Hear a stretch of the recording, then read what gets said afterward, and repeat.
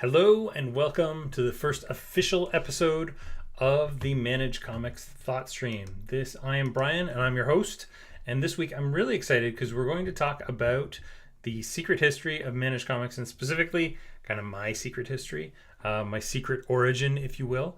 So let's get right to it. And we're going to start out way back in the dark ages of 1988, when I was a young man of probably 16, maybe 17.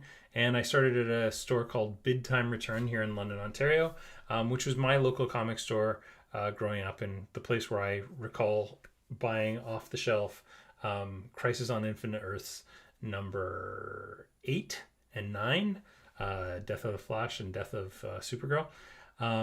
It was my store growing up. I ended up working for Gord Mood and Brian Alway, who were the owners then. Brian Alway took me to Toronto a number of times for comic shows to kind of man the Bid Time Return booth. And in the summer of 1989, which I remember distinctly because it was the summer of Batman, the first Batman movie, and there was Batmania going on at the time, we opened our second location, which was Endless Adventure on Richmond Street, and it was a dedicated game store way back in 1989, if you can believe it. And it was great, and we were doors down from a movie theater, and at the time London's downtown was just a really cool, thriving place to be.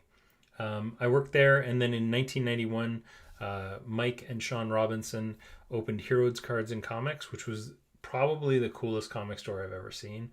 It was in an old bank building, so we actually had two bank vaults in it, and we called one of them the Hever, the high-end vaulted viewing room. And that room had like Justice League #1, Mickey Mantle rookie card, several Wayne Gretzky rookie cards. Just so many really, really cool comics and cards, and you had to like be escorted into the Hever, and it had like this big huge steel door on it and everything. It was super cool. There were a lot of pranks, of course, played in the Hever and the other vault where we would put somebody in it and lock them in. But yeah, it was a good time. In about 93 I left London for Toronto. Ended up going to York University and then to Seneca College for television production, and I did that for 3 years, two years at Seneca, a year or two at York before I kind of found my footing in Toronto. And then I worked in movie theaters and stuff until I ended up getting a job at TSN. And during that time, from like the mid 90s to the 2000s, I was doing shows, comic shows. So I had a substantial comic collection, and having kind of worked in comic stores during the 90s comic boom, of course, I had every Valiant comic you can imagine. I had just a lot of different cool, like all the New Mutants things we would buy. I'd buy like 10, 15 copies of New Mutants at a time. All the McFarlane stuff, then the Image boom all happened. Death of Superman. I was around for all that stuff. So I had a huge collection of comics. And there was a period in the 90s where I made significant money. Like I bought my first motorcycle, my first car. Some of my college was paid for with money that I made from comics. I didn't work for my first like 2 years at school because I had plenty of money from selling comics. I ended up taking a job at a movie theater just kind of out of guilt because all my friends were working, and I was like, all right, then I'll get a job too, just like you people. But yeah, I really enjoyed kind of the retailing aspect of comics. And over the years, I would, go and buy stuff from one place and flip it in another place. And I made decent money that way. And then after school, I ended up getting a job at TSN. I worked there for about 2 years until I ended up getting I think it was 3 years. I got a job at a .com where I worked for about a year until it closed. Surprise, surprise. And then I got an opportunity back at TSN. No, actually, sorry. I got an opportunity at Alliance Atlantis where I worked for about 6 months. And then I got an opportunity back at TSN. I worked there for another gosh, I think it was like 7 years until I eventually came back to London. But while I was in Toronto, not only did I meet my future wife, but I met my future business partner. While I was in Toronto, I used to shop at a comic store called Shining Knight, which then became Comics and More, which was ironically at the end of the street where I ended up moving to. So Comics and More moved like just around the same time that I moved down on Greenwood and Danforth area in Toronto. Um, I shopped there and met this guy Pete, who I really liked, who was the kind of the I guess he was like the manager of the store at the time. And we ended up talking a lot. And I said, yeah, someday I'd love to open a store. And then my wife and I ended up moving to Ajax in 2005, just outside of Toronto. It's about 20 minutes away from Toronto. It was really close to my work at the time, but it was still quite far from Comics and More. So I was looking for comic stores out there. There was one whose name will go unnamed. And I went in and I said, hey, I get, like, at the time I was probably getting $100-$200 worth of comics a month. And I said, hey, I'd like to set up a pull box with you. And they were like, oh, well, you can shop off the shelves until we kind of just establish a rapport with you, at which point we'll consider giving you a reserve box. And I was like, okay, or I could just go and buy them somewhere else. So yeah, that store really left a bad taste in my mouth. Just there was a lot of things about it. The guy was really kind of condescending to all the customers. I'd hear him kind of talking down to people, and I hate that kind of store personally. I'm a big fan of the stores where you're actually made to feel welcome, made to feel like your money makes a difference, and made to feel like you're important in some way to them. So that was the kind of store I wanted. I ended up shopping online for a little while, which was cool. Then I got a duty bill one time from the store I was shopping from in the United States that was for more than my actual comics. And I thought, I need to start something here to help people like me who don't have a comic store nearby me. So I contacted Pete, and he and I talked about opening up our own place. And this was probably April of 2005. So we went about the process of incorporating and getting our diamond thing and creating a website, all in order to get our diamond account. We got our diamond account, and by I think it was about June of 2005, we launched All New Comics version 1. And I don't have a copy of All New Comics version 1, but what I do have is the second All New Comics, which was this. This is the height of 2000s websiting. It was built on an application called Candy Press, using old school ASP 3.0 technology. But yeah, I wrote some of this stuff. My friend Ryan wrote the actual subscription tool, which was pretty neat. You would go in, and I don't know what's going to happen if I click on my subscriptions. I'm on the Wayback Machine, so I don't know if anything will happen. It looks like we're going to go to a thing. Yeah, it's going to make me log in. So anyway, that would have been the subscription tool back then. And at the time, it was basically a bunch of, if I remember right, it was a bunch of like lists that had check marks next to them, and you could subscribe to titles that way. It was actually a fairly slick interface, I thought, for the time. And yeah, it worked fairly well. We kept that site going until, so in 2008, I think, I moved from Ajax back to London, Ontario, because we had our first child, my daughter Kaylin, and we decided that we wanted to be closer to family. Built-in babysitting for one thing, but also it's just good to have family when you have children. So yeah, we moved to London, Ontario, and it got harder for me to be part of the business with Pete. And by 2011, I rebuilt all New Comics using the same Candy Press version that was out there. We just kind of cleaned up everything and made it look prettier. Nice little fonts here. This is actually a nice looking site even today. So yeah, I was really, really happy with this site before I left, and then I kind of left the business and sold my half to Pete, and I stayed on and kept on doing marketing things for him. And then yeah, I had a cushy IT job here in London, Ontario, which I worked at for about the next 9 years. Fast forward to 2015 when I decided to set out on my own. And to be honest, I had only figured that I would work somewhere in London for 5 years before I started my own business.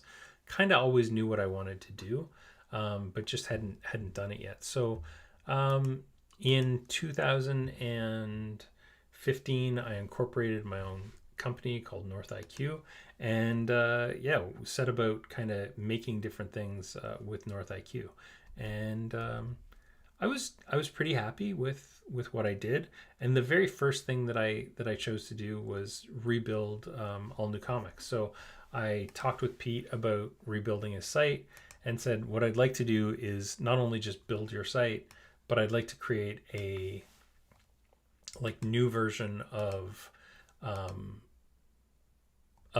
the subscription tool, but make it so that I can resell it to many stores. And he said, yeah, that makes sense. Like, you should totally do that. So thanks to Pete's first sale as my new company, NorthIQ, I rebuilt his website to look a little bit like this. So this was the All New Comics website, which was built on Shopify. Or sorry, not Shopify. It was built on WordPress and WooCommerce. Yeah, and I think it's a pretty slick looking website. I really liked it at the time. And at the same time, I worked to create the subscription tool, which was going to power it. So this is the subscription tool for Managed Comics called for All New Comics called Managed Comics. And yeah, it lets the end subscribers actually subscribe to individual comics, lets them do special orders, things like that. Now, in the very beginning, literally all it could do was subscribe to ongoing series. We added a lot of things. So for about 2 years there, from 2015 until, yeah, it looks like about June or so of July of 2017, all I really did was tweak things and fix up any errors we found, really fine tune the All New Comics product the Managed Comics product for All New Comics, because they were my only client at the time. And we did some really cool things.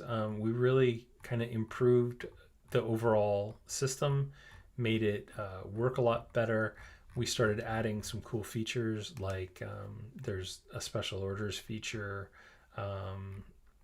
different ways of shipping your comics. We added limitations and things like that, like a final order cutoff window, all kinds of good things like that.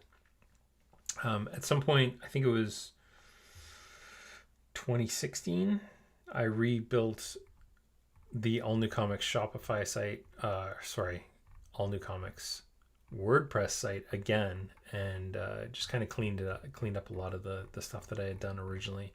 At this point, I was really kind of proficient in using a tool called Divi, and so I rebuilt everything with the Divi framework in mind.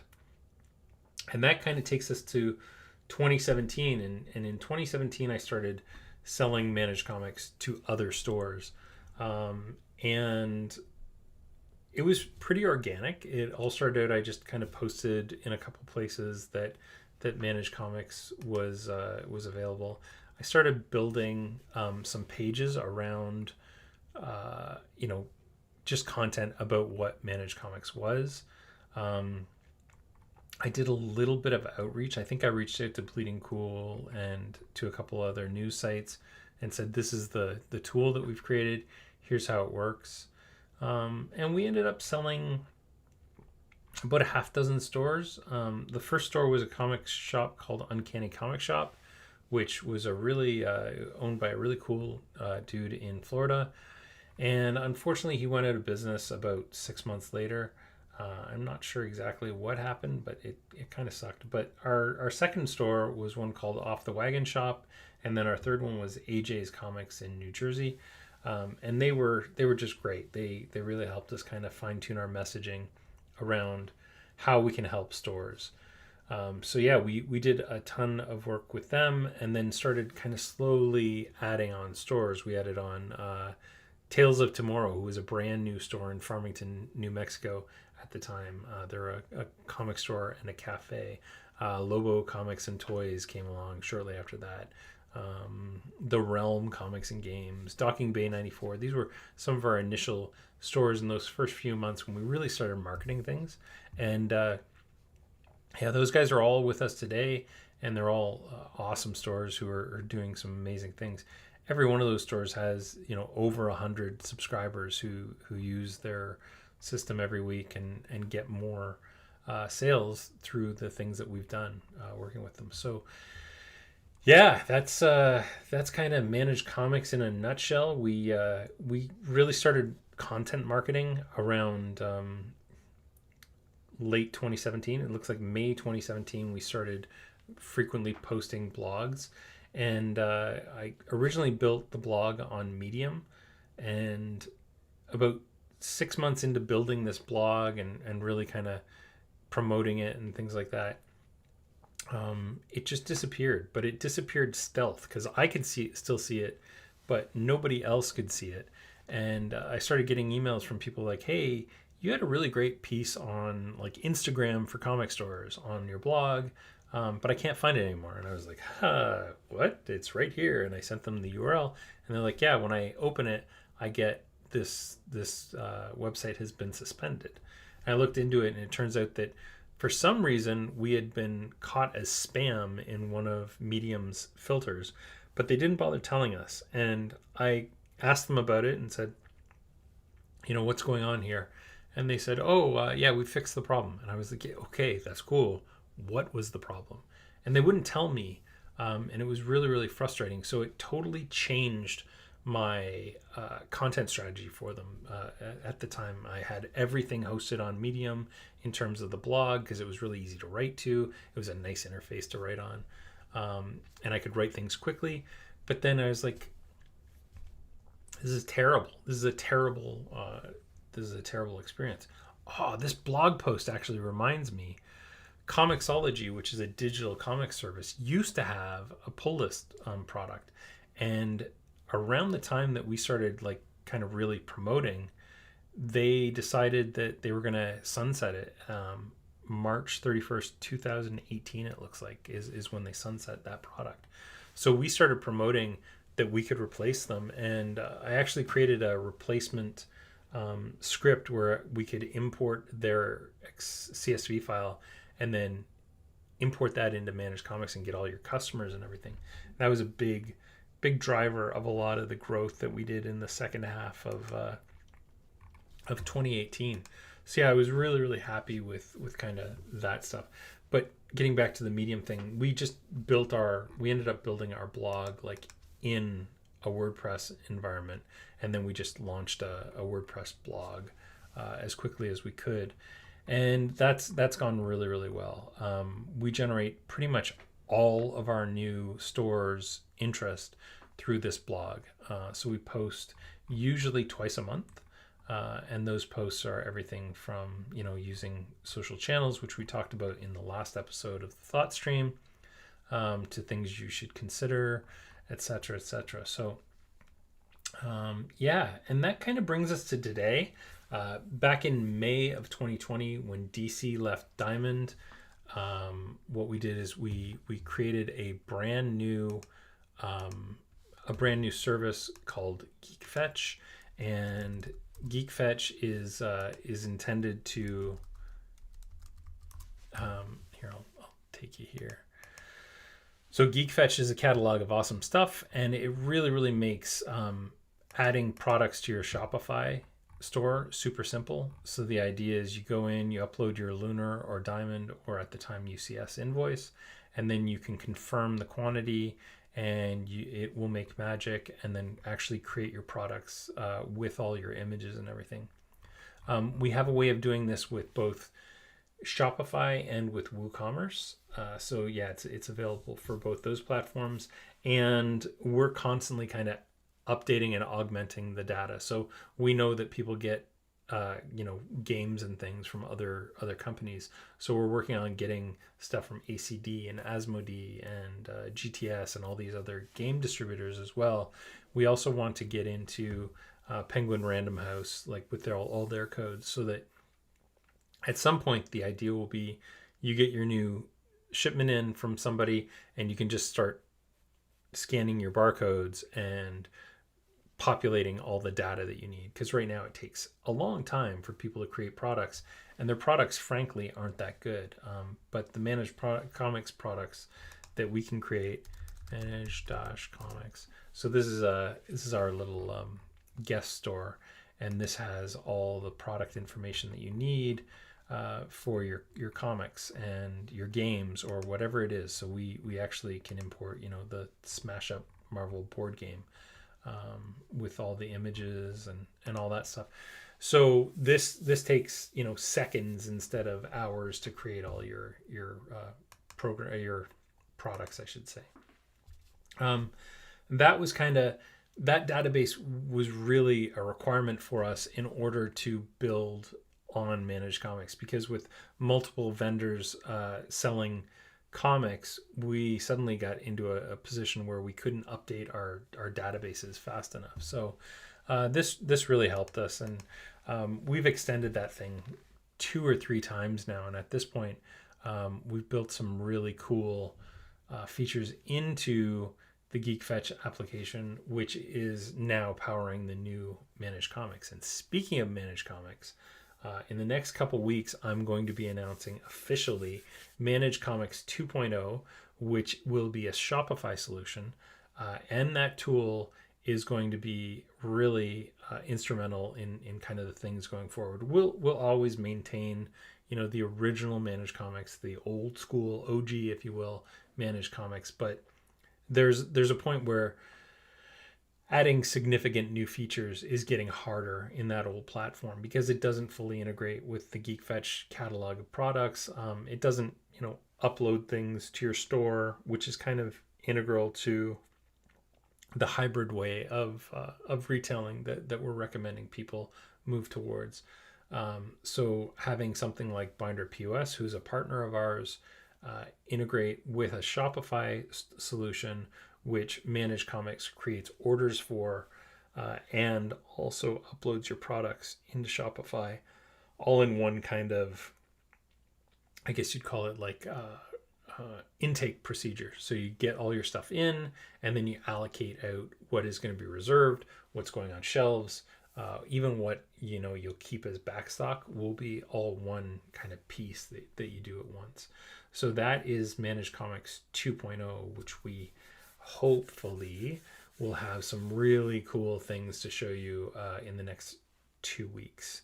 And I've seen something that I can't really share with you, but I've actually seen the insides of Managed Comics working inside of a Shopify store. So it's really, really exciting to see how this is going to play out over the next little while.